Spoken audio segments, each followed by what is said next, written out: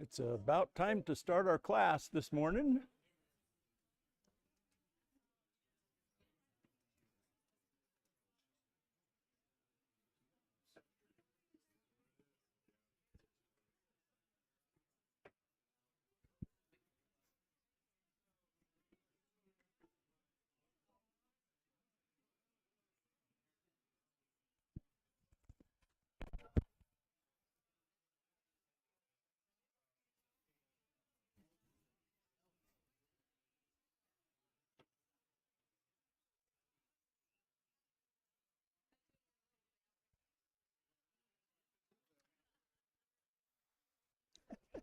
I don't know how to whistle.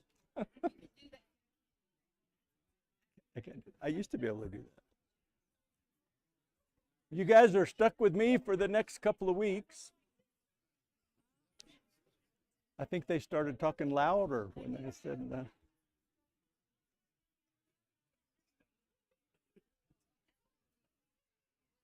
we're going to start with a pop quiz.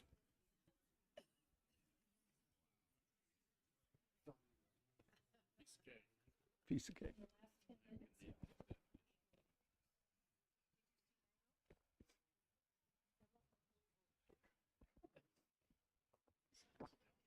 We're in Daniel chapter 7 this week. Who knows what that is? Does anybody know what that is? I know. It's bad. There's people walking among us that know what that is. I don't know.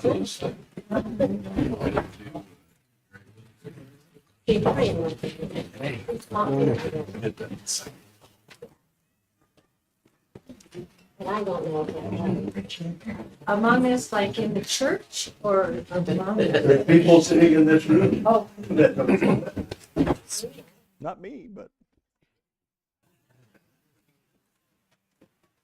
About 100 years ago when I left high school and was going to go to college, I thought I wanted to be an engineer because that seemed like a good thing to be. And my dad said he'd been to college, and he says, well, what you do is you take all your basic courses to start with. So he signed me up for physics for engineers and chemistry for engineers, trigonometry and calculus. That's calculus. And I learned that it turns out there's not any basic courses for engineers. In my first semester, I got a GPA of 1.25. And I switched to agriculture. Because, and the problem, well, one of the problems I had when I ran into that, not only could I not understand it, but I didn't understand the bigger idea of where did that come from? Who invented that? Whose brain came up with that and all of the calculations that happen when you start doing that advanced math and you keep going down one page and you go to another page and I guess you could say it kind of blew my mind because I thought, I don't get it, right? Who would do that? And so finally what I decided is if you know calculus and you can attach that to physics and plus chemistry, a bridge pops out. That was my conclusion, and I wasn't a bridge guy, so I abandoned that. For me, studying books that have a lot of symbolic language and stuff like that, like Daniel chapter 7 and Revelation, I've always struggled with that very thing is, well, this means that. Well, how do you know that? Well, I don't know, you just do. And so I've spent this week kind of studying and wrestling with Daniel chapter 7 Turns out it's not as bad as calculus. So I've never taught with slides before, so I'm not sure how this worked. Oh, wow. That worked good. Daniel 7. The book of Daniel kind of takes a right turn in chapter 7 and following. We've kind of been going, the first 6 chapters have been kind of a historical, chronological events that are going on in Babylon. And Daniel and some of his friends are there. They've been exiled there. They've been captured by Nebuchadnezzar, if you'll remember. But from 7 on, we start getting into visions, Daniel's visions that he's going to have. And those are visions of the future. And the whole intent, the 1,000-foot view of Daniel 7 and following, is that it's to encourage God's people that are in exile. So if you don't get bogged down into the individual beasts and stuff that we're going to be talking about, but that's the main theme. God controls history. He's in charge, and he knows what's going on, and we don't really have to worry about that, and that might help us today too. This particular chapter is written in Aramaic. Aramaic was the native language of the Babylonians, right? Chapter 8 and on is written in Hebrew, so specifically for the Israelite nation, the Jewish folks. We're going to look at 4 earthly kingdoms. They're described as beasts in this chapter. And then there's going to be one that's an eternal kingdom that's brought forth. And the language is apocalyptic, symbolic language. Apocalyptic just means it's a revelation, right? Language like the book of Revelation was written in. It's an unveiling or an unfolding of things that you don't know previously. So that's kind of where we're at. Hopefully that's big enough for you guys to see. It's pretty good. So here's a kind of a context history of where we're at. That kind of helped me get my mind around it. If you remember, if you're BC, that's before Christ, you can think of it that way, the timeline counts down, your numbers count down, right? So if you look on the left side over here, in 605 BC, that's when Nebuchadnezzar went and captured Jerusalem and deported the first group of Israelites, right? Daniel was one of those. And then Nebuchadnezzar lasted for whatever that math problem there is, 40, 50 years. And then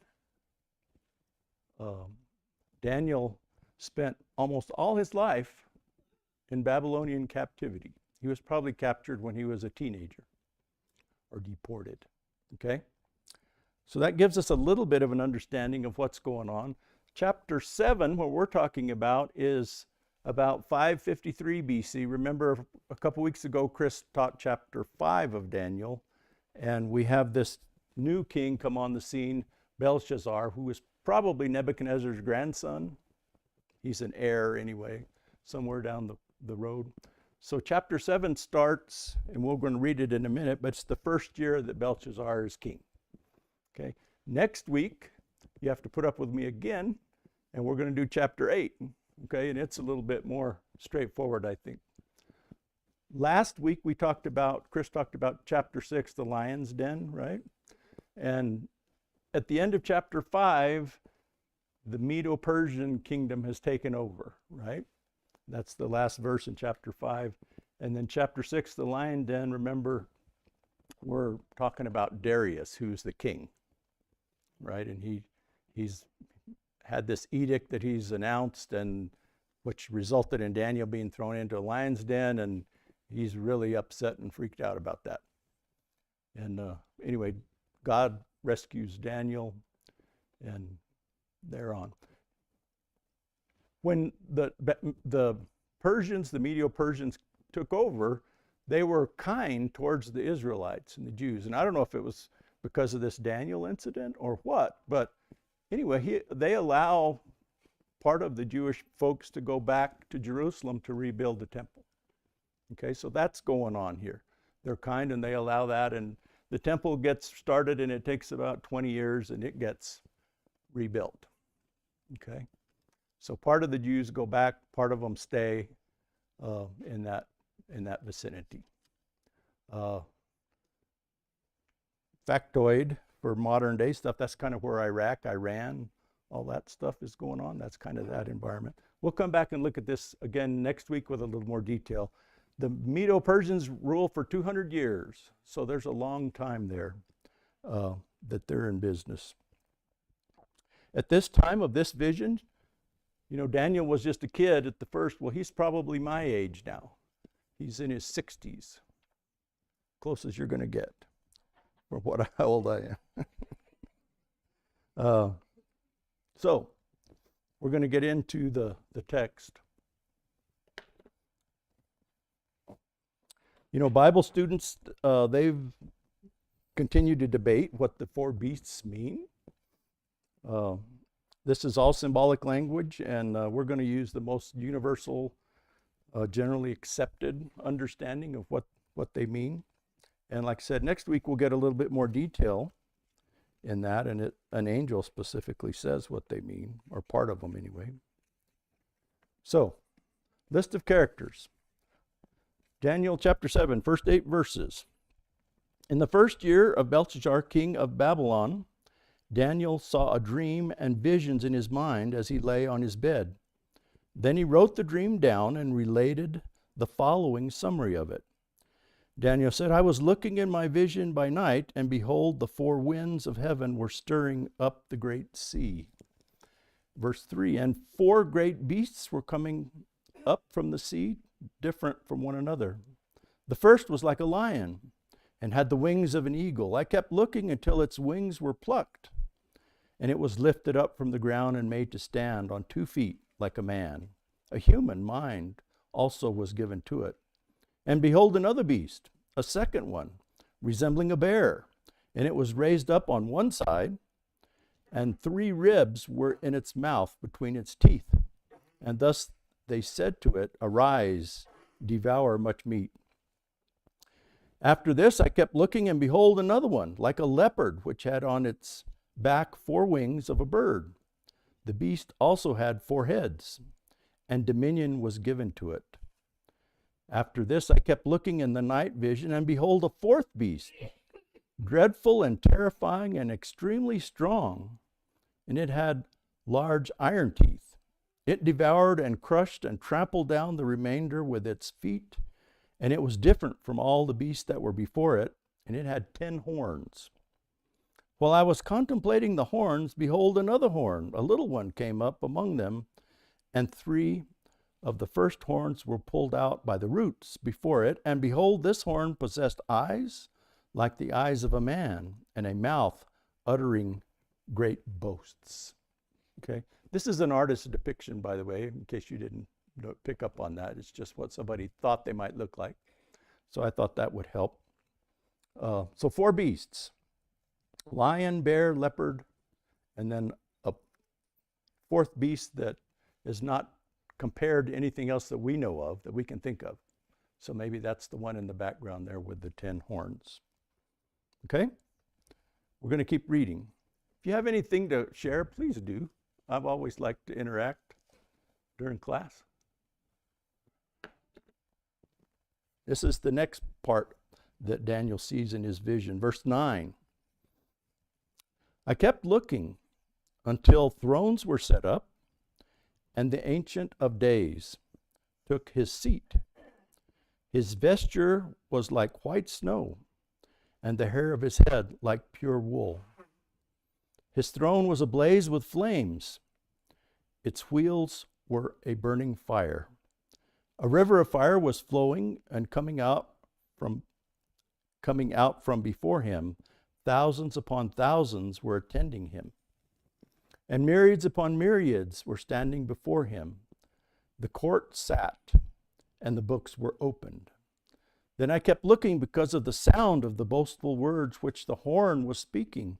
I kept looking until the beast was slain, and its body was destroyed and given to the burning fire. As for the rest of the beasts, their dominion was taken away, but an extension of life was granted to them for an appointed period of time. So we got 4 beasts in his vision. Then we have an individual called the Ancient of Days. And that's, again, just an artist's depiction of what that might have looked like. Okay?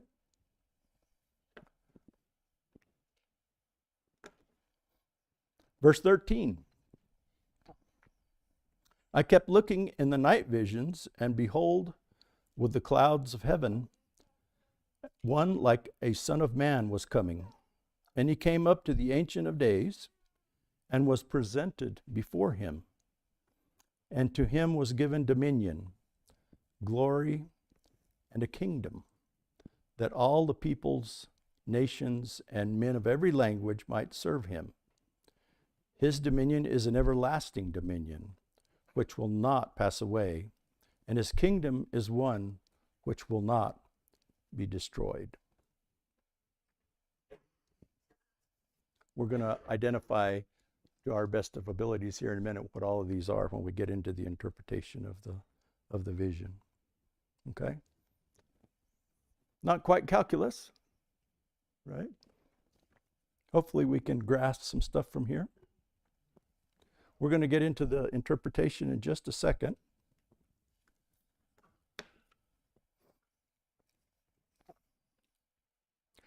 I thought it was interesting that before, when we've had dreams in the book of Daniel, Nebuchadnezzar had a dream. Remember, there was writing on the wall. That was another thing that happened. And Daniel was always the one that was called to interpret what that meant, right? Remember that? But he's not able to interpret the vision that he has. Just something that jumped out at me I thought was interesting. So the question is, what do all these characters represent? We're going to start in verse 15. As for me, Daniel, my spirit was distressed within me, and the visions in my mind kept alarming me. I approached one of those who were standing by, probably an angel, and began asking him the exact meaning of all this. So he told me and made known to me the interpretation of these things. These great beasts, which are 4 in number, are 4 kings who will arise from earth. Verse 18, but the saints of the highest one will receive the kingdom and possess the kingdom forever, for all ages to come. Then I desired to know the exact meaning of the 4th beast, which was different from all the others, exceedingly dreadful, with its teeth of iron and its claws of bronze, and which devoured, crushed, and trampled down the remainder with its feet. And the meaning of the 10 horns that were on its head, and the other horn which came up, and before which 3 of them fell, namely that horn which had eyes and a mouth uttering great boasts, and which was larger in appearance than its associates. I kept looking, and that horn was waging war with the saints and overpowering them, until the Ancient of Days came, and judgment was passed in favor of the saints of the highest one. And the time arrived when the saints took possession of the kingdom. Thus he said, the 4th beast will be a 4th kingdom on the earth, which will be different from all other kingdoms, and will devour the whole earth and tread it down and crush it. As for the 10 horns, out of this kingdom 10 kings will arise, and another will arise after them, and he will be different from the previous ones, and will subdue 3 kings. He will speak out against the Most High and wear down the saints of the highest one, and he will intend to make alterations in times and in law, and they will be given into his hand for a time, times, and half a time. Verse 26, but the court will sit for judgment, and his dominion will be taken away, annihilated and destroyed forever. Then the sovereignty, the dominion, and the greatness of all the kingdoms under the whole heaven will be given to the people of the saints of the highest one. His kingdom will be an everlasting kingdom, and all the dominions will serve and obey him. Verse 28, at this point, the revelation ended. As for me, Daniel, my thoughts were greatly alarming me, and my face grew pale, but I kept the matter to myself. So we've got the 4 kingdoms. Next week we'll get more detail about the first 2 kingdoms. The lion. We learned, well, if we have time, we'll go back and read chapter 2 a little bit of the dream that Nebuchadnezzar had. The lion is Babylon, right? It's interesting, it talks about the lion and then him, his wings being plucked and him standing up and giving the brain of a man. Perhaps that refers to, remember when Nebuchadnezzar was made to be an animal and be a beast out on the grazed grass and stuff like that, and then he was returned to his sanity eventually and praised God. So that's possible, what that's referring to. But nonetheless, the first beast is the lion. That's Babylon, the head of gold from Nebuchadnezzar's dream. The second, from history, when you compare history with the Bible, the second kingdom is the Medo-Persians, and they've already taken over in Daniel chapter 6, right? The king is there already under the King Darius. So that's the bear. One-sided raised up. The common understanding of that is you have 2 sides, right? You have the Media side and the Persian side. Persians were stronger, so they kind of ruled everything. The 3 ribs that are in the bear's mouth, the understanding there is that that represents possibly the areas that they took over. They took over Babylon, they took over Egypt, and they took over Lydia, which is now the country of Turkey. So that's the general understanding of that. The leopard is represented as Greece. More on that next week as well, but Alexander the Great was, he conquered the whole area very quickly. I think it took him 3 years to conquer all the Medo-Persian area and Egypt and the whole shooting match. And so it happened very quickly, so depicted by the leopard and the wings. But Alexander didn't live very long. History says he died, he was actually in Babylon, I think on his way home when he died. And his kingdom of Alexander the Great was given to 4 different generals, and they split it up into 4 parts. Perhaps the 4 heads that we see there. We'll have more detail on Greece next week. The beast with the iron teeth is understood to mean Rome. That's the next kingdom that comes after the Greek Empire. And Rome conquers all the known world, it's said at that time. But they absorbed all the other kingdoms. So that's chapter 2 of Daniel compared to chapter 7 of Daniel. See if we have time to read all of chapter 2. I don't know if we do or not. So you remember Nebuchadnezzar's dream? Remember he had, he dreamed of this statue, right? And the head of gold. I can't quite read the slides like you can. The chest and arms of silver, belly and thighs of brass, and legs of iron that were split, and feet of iron and clay. So that was his dream, and he demanded that the Chaldeans or some of his people tell him what the dream was and then explain it to him. He wouldn't tell them what he dreamt. He demanded that they do that for him. That way he knew that they were legit. And Daniel was the one that interpreted that for him. He told him what it was and what it meant. Head of gold was the Babylonian kingdom. Remember, this is when Daniel is a teenager. This is chapter 2, 50 years ago. Okay? That was the present thing. And now we're 50 years later. Chest and arms of silver was the Medo-Persian kingdom. And that occurred at that time, 50 years in the future. So Daniel is writing history, is what he's doing. The Greeks would come along. They were the middle kingdom, the thighs of bronze. That's going to happen in 275 years. Okay? pre-written history, and then finally the Romans. That's going to happen about 450 years in the future. Okay. So, are you with me? Kinda? Kind of the general understanding? So now we get fun. Now we get a little bit of calculus. The fourth beast.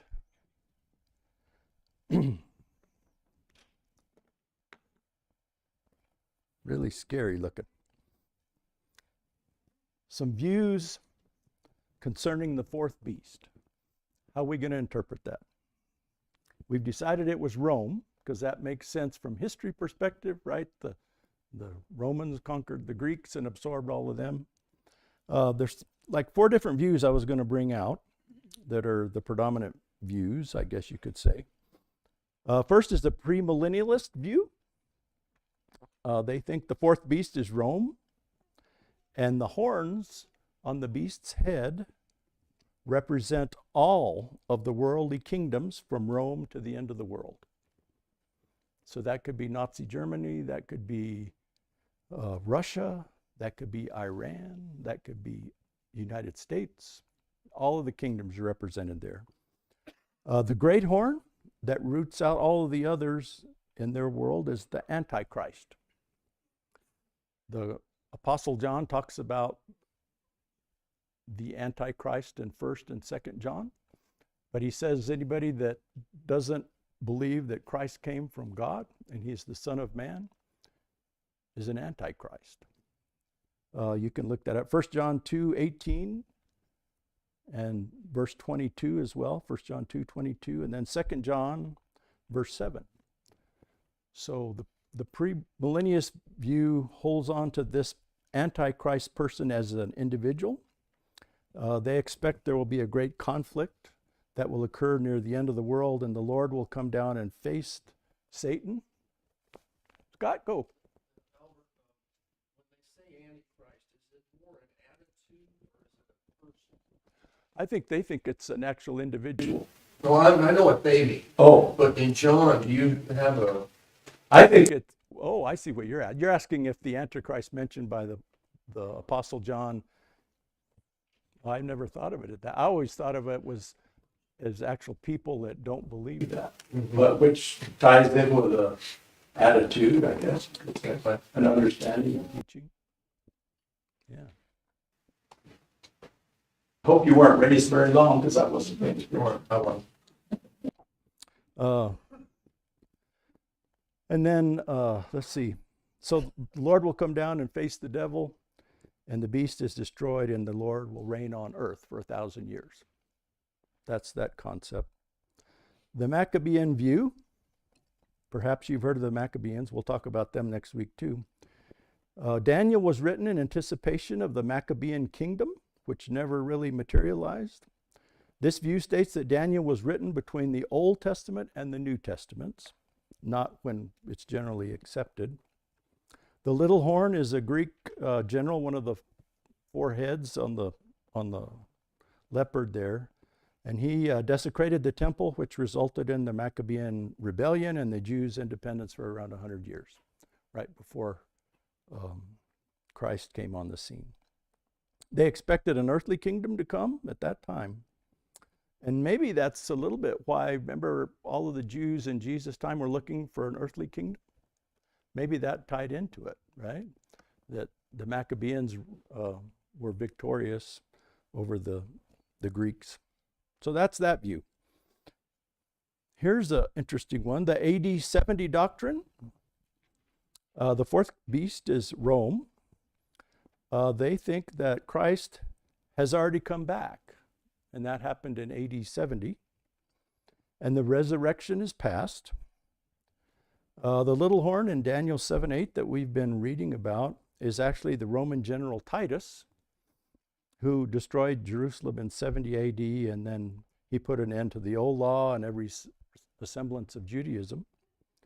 The church wasn't established at Pentecost, but in 70 AD. And these folks are really passionate about that. If you've ever encountered some of those folks, They're really passionate about that. But if you think about it, pretty much everything you understand is wrong if you accept the church wasn't established on the day of Pentecost. And anyway, so that's another view. The traditional view that we're going to talk about the remainder of the class, the conventional view, is that the fourth beast is the Roman Empire, and the persecution of Christians under the Roman Emperor Domitian is the fourth view. And that ties in with the book of Revelation, and Revelation, if you've ever been to a study of that, is really talking about the Roman Empire to a large degree and their persecution of the Christians. The little horn that we're talking about in Daniel 7:8 is the Emperor Domitian, who in 90 AD tried to force worship of him instead of anything else. And if you didn't worship him, you faced prison or you faced death. That's the view that's widely accepted. When was the book of Revelation written? 90s, 90 AD, about this time. Domitian is the one that exiled the last living apostle John to the island of Patmos. And I was thinking, I wonder if that, as John was writing that and his epistles at that time, if that was a encouragement to those folks back then. Rome was treading on their space. Interpretation of prophecy and symbolic language like this can really lead to strong opinions at times and ideas. And just one thought that I had, not to tread on anybody, but I think it can be kind of dangerous to base many of your core beliefs around symbolic and apocalyptic language like in Daniel and Revelation. I think you have to be cautious about doing that because it's symbolic and apocalyptic language. So just a thought. Fourth beast, Rome, verse 7. He's most terrifying, iron teeth, bronze claws, devoured the earth and break it into pieces, crushed and devoured and trampled its victims, ultimately speaks against the Most High and oppresses the saints. Revelation 13:2 describes a similar beast, and that's indicated as Rome. So let's talk about these 11 horns. Can you see that? That's pretty good. I can't see it back there, so I'll have to turn around. So here's the first 11 Roman emperors. The first one, Augustus, he was the one that actually founded the Roman Empire. Rome was around before this, but he actually coagulated it into an empire. Those are when they each reigned too. He had a stepson who followed him. Caligula was the third. Claudius. Nero, you probably have heard of him. He's associated with the fire in Rome. Remember, some people think he actually got some guys to start the fire and it burned down a bunch of Rome, and then he blamed the Christians and he could persecute them for that. Then there's 3 in a row, which may be the ones that are uprooted that we read about. One year had 3 emperors, Galba, Otho, and Vitellius, and they were either murdered or did themselves in. Vespasian, Titus was his son. He was a general, and he's the one that destroyed Jerusalem in 70 AD, and then he became emperor, built the Colosseum. And then the 11th one, his brother Domitian, and that's the number 11 that is generally understood to refer to the 11th horn here. Characteristics of the 11th king: he would arise after the 10. Verse 20 says he was arrogant and boastful. History says that he was very brutal. He even executed some of the other Roman senators. Of all the Roman emperors, he best fits this description. He insisted on being addressed as Master and God. Verses 21 and 25. 21, I kept looking, and that horn was waging war with the saints and overpowering them. 25, he will speak out against the Most High and wear down the saints of the Highest One, and he will intend to make alterations in times and in law, and they will be given into his hand for a time, times, and half time. He spoke against the Most High, oppressed the saints. Yeah. Saints in the Old Testament here with I- Daniel. Do we have any idea where that comes from? You know, I didn't research back. I'm assuming that it's actually refers to God's people, which could be the Jews at that time. Yeah, saints are referred to as. I'm sure it's there. I'm just curious. Yeah, I didn't research that. Yeah, that's a good question. Yeah. I think we kind of get a snapshot of old and new going on here in this symbolism.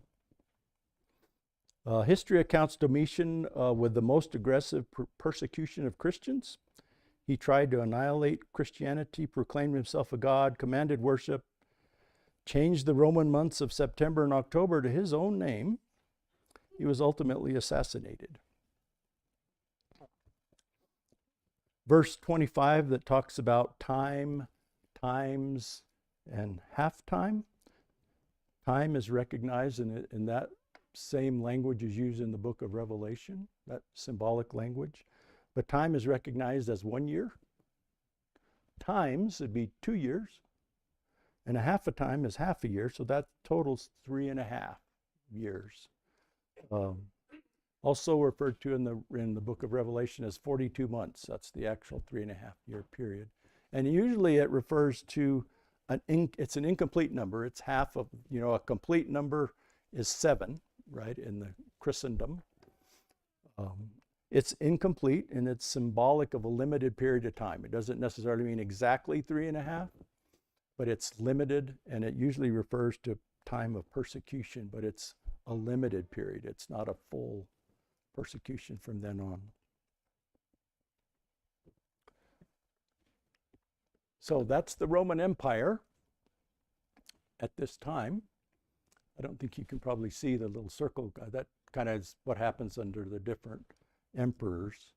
But they pretty much took over the whole known world, as it's referred to, all the way up into the United Kingdom, Spain, North Africa, etc. The fourth beast life comes to an end, the Roman Empire. God is on the throne. The books are opened. Remember, we saw the Ancient of Days. He brings judgment on the horn. Domitian again was assassinated, and the beast, the whole Roman Empire, was annihilated and destroyed forever. We're going to hop ahead so we can get through. The characteristics of the Messianic kingdom, verses 18. But the saints of the Highest One will receive the kingdom and possess the kingdom forever, for all ages to come. And verse 27, then the sovereignty, the dominion, and the greatness of all the kingdoms under the whole heaven will be given to the people of the saints of the Highest One. His kingdom will be an everlasting kingdom, and all the dominions will serve and obey him. So that's the characteristics of the last kingdom that's described, the one that's eternal, never be destroyed. When did that kingdom start?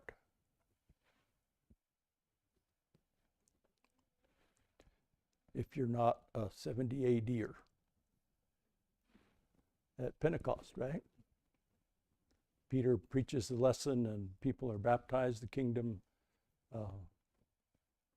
the church begins on the day of Pentecost.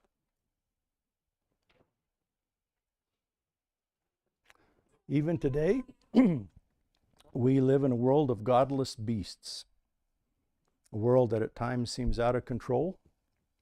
We can ponder that today.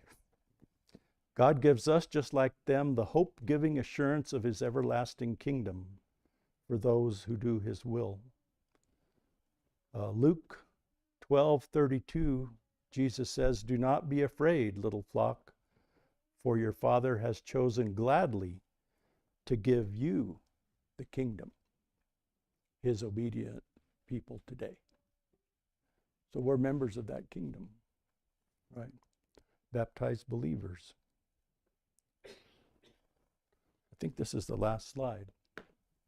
I'm doing pretty good with the slides. I think I might do this again. Maybe next week. You know, I think one of the takeaways, did I go too far? I did. I think one of the takeaways of the book of Daniel and Revelation even is we don't have to completely understand all the things that are portrayed in those symbolic images and in that language.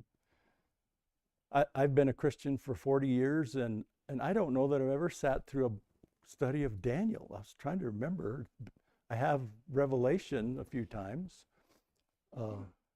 but you know, I don't think it's a showstopper if we don't completely understand all the symbolic language and what it means, and we don't even have to agree about what it means.